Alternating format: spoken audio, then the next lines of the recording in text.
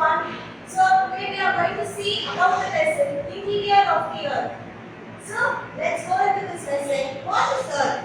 So we are all living in this earth. Earth is a unique planet and it's our own planet. So it is a dynamic planet. So earth surface, what will earth surface is contains about? It has lofty mountains, high plateaus, large plains and deep valleys, etc. So this earth surface is constantly changes, not only outside, even inside that is the interior of the earth also changes. So let's see about everything in this lesson, how the earth changes. So interior of the earth. We are going to this lesson. The main thing is the interior of the earth. So earth is mostly compared to an apple.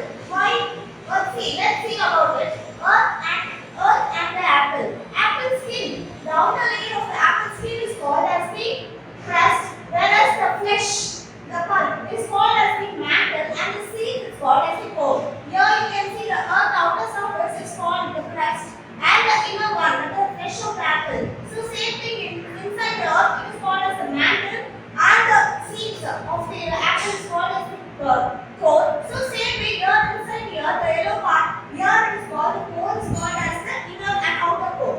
So now the spherical of the earth is found to be in three concentric layers. What are the three concentric layers? The crust, the mantle and the core. So let's go into the crust.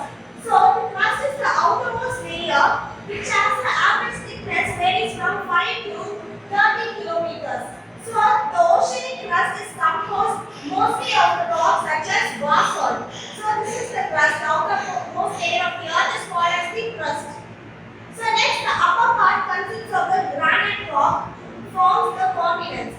It has mineral constitute of silica and alumina. So it is also called as Silla, S-I-A-L, Silla. So the lower part is mainly called as silica and magnesium.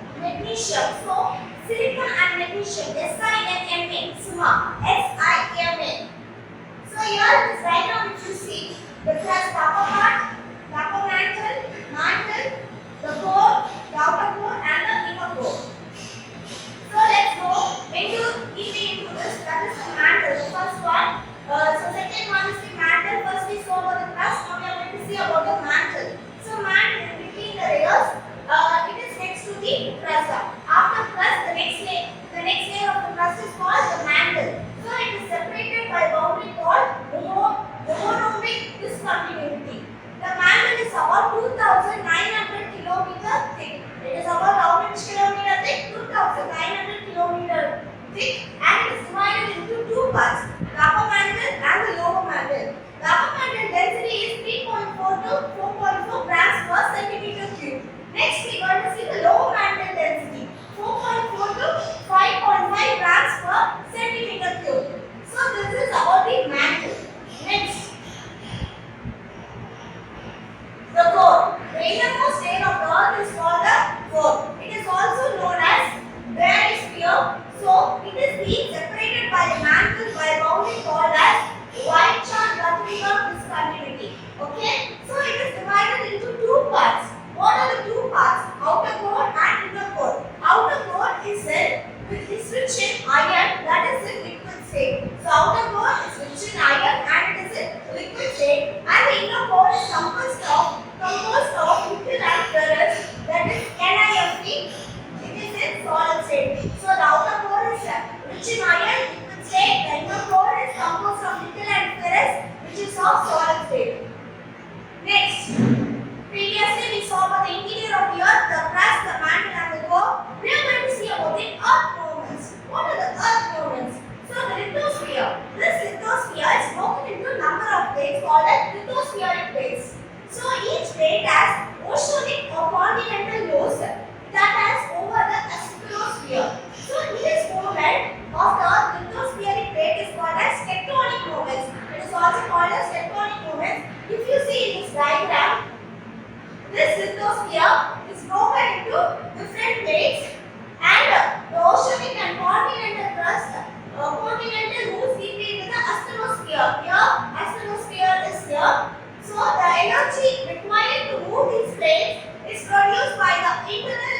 of the earth. So these plates doesn't move in straight direction or like nothing. So these plates move in different directions at different speeds. They don't have any certain speed levels. So here you can see the oceanic crust and continental crust. When they collide together, a trenches form. So lithosphere is broken into number of plates and moves here near the astrosphere. When an oceanic plate collides with a continental plate, the denser oceanic plate is forced to the continental plate. So as a result, the heat heats up, the rocks are getting heated up and melted. So what will happen? Rocks will heat up and melted. So the molten rock rise again forming volcanic mountain. When something heats and melts and comes out by boiling or rise, what happens? The bubbles come and it condenses down. So same way when the rock heats up and melts down, it forms a volcanic mountains along the continental edge. Therefore, that time what happens? A trench may be formed between two plates. As you see here, oceanic crust and continental crust, when they collide together, a trench is formed. Therefore, trench may be formed between two plates. Instead, folds may be created. Great mountain ranges like Himalayas have been formed. So next, the movement of these plate cause changes. When these movements occur, so oceanic and continental plates they collide, the movement of the Earth's surface changes. The force which acts in the interior is called endogenic force, and the force that works on the surface, the outer surface of the Earth is called exogenic force. So interior of the Earth is called as endogenic force, and the surface of the Earth is called as exogenic force. Endogenic force something produces sudden movements. So what produces sudden movements? Sudden movements are produced at movements like earthquakes and volcanic eruption. Causes mass destruction over the surface of the Earth. So let's go into the next earthquake. As we go into this interior of the Earth, we are going to see the next topic about the earthquake. A sudden movement of trembling or anything that's shaking is known as earthquake. So what is an earthquake? How does it occur? So if you see this diagram, the point where these vibrations originate is called focus. Focus of the earthquake. Focus of the earthquake. So the point of the Earth's surface above the focus is called the epicenter. So above the focus, if you see, there's an epicenter of the earthquake. The earthquake vibration travels different directions. So if you see in the center focus, there's a vibration, circle. So in this vibration, there forms the seismic waves. So earthquake waves are recorded by seismograph. This is an instrument that records the earthquake, that is seismograph. The magnitude of earthquake is measured by Richter scale. So now let's see what are the causes of earthquake. How earthquake is caused. So earthquake is a sudden spinning of the portion of the earth's crust along fractures or faults. So what happens when an earthquake occurs? Sudden shifting of landmass causes in the crust of the earth sending vibration. When earthquake occurs, there will be a vibration in the earth surface. Sometimes the surface of the earth itself cracks. Another cause of earthquake is volcanic activity. When volcanic activity comes, there is an earthquake in certain areas. Earthquakes are often found in most volcanic areas. Earthquake may cause next effects of earthquake. What are the after effects? So they cause changes in earth's surface. So when earthquake occurs, what happens? The earth's surface changes. As the plates move, the earth's surface will be changed. A greater danger in earthquake is the falling of building, and even fire is another great danger. An earthquake is originates below or near the sea causes great disturbance in the water. So tsunami, as you see, tsunami is a Japanese term. So tsunamis also occur under the sea. The earthquake occurs under the sea. So the Japanese gave a name as tsunami. It's the name given by the huge waves caused in the sea by an earthquake. Tsunamis are quite common along the coast of Japan and other regions in the Pacific Ocean.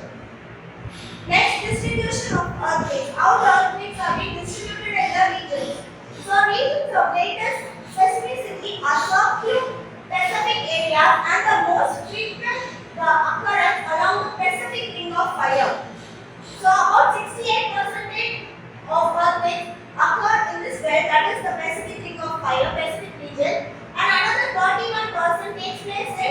Mediterranean Himalayan belt, including Asia Minor, the Himalayas, and parts of the northwest China.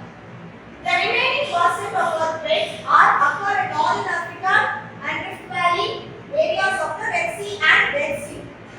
Volcanoes. So volcanoes are sudden eruption, suddenly erupt. So let's see about the volcanoes. A volcano, if you see this picture, the magma chamber, rock layers of the earth crust, lava flow, how the lava is coming out, crater, vent is the opening. So let's see detail about the volcano here. The volcano is a vent or an opening in the earth crust through which hot magma comes out below the surface. So volcanic eruption may also take place through a long tract of fissure through which steam and other materials flow out. The molten rock material within the earth together with gases. So when the molten rock material matters together the gases is called as magma. So this portion is called magma chamber. So after it rises, as the magma chamber rises, it has lava flows out. Lava flows out of the volcano. The top of this bowl is usually marked as funnel-shaped depression, which is called as crater. So next process of volcanic activity. The temperature increases as the depth increases for 1 degree Celsius for every 35 meters. So the interior of the earth is a semi-molten state called magma. So semi-molten state is called as magma. So this magma is under great pressure, capacity to dissolve great volume of gas. Some gases are also combusted. Combustion means sudden eruption will come. This makes volcanic material burst forth through the weak spots in the earth crust. What are the types of volcano? So we have different types of volcano. How these volcano, the periodicity of eruption and the state of such activity have been distinguished into 3 types. That is active volcano, dormant volcano, extinct volcano. So what is an active volcano? Volcanoes that erupt frequently are called active volcano. Most of the active volcanoes found in the Pacific Ring fire belt which lies in the Pacific Coast. So there are totally 600 active volcanoes are found. So such as Mount Stromboli in Mediterranean Sea, St. Helens in USA, Pintumo in Philippines. So next, which is the world's biggest volcano? Is in Hawaii. That is Mauna Loa in Hawaii. That is about 3,255 meters.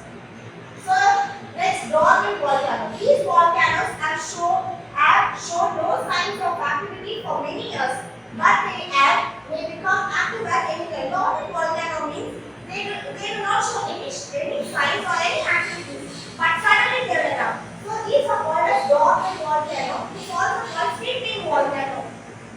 So where are they? We were located Vishwas Mountains of Italy, Mount Fujiyama in Japan, Mount Krakatoa of Indonesia. These are the famous examples of these types. Extinct volcano. So extinct volcano. What is the word extinct? Extinct. They doesn't extinct. They will only come has not erupted in past 1,000 years. Is often called as extinct volcano.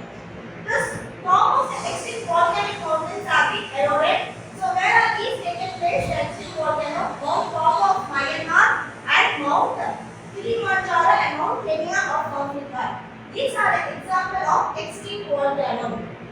The next, where are these volcanic belts are being distributed? Distribution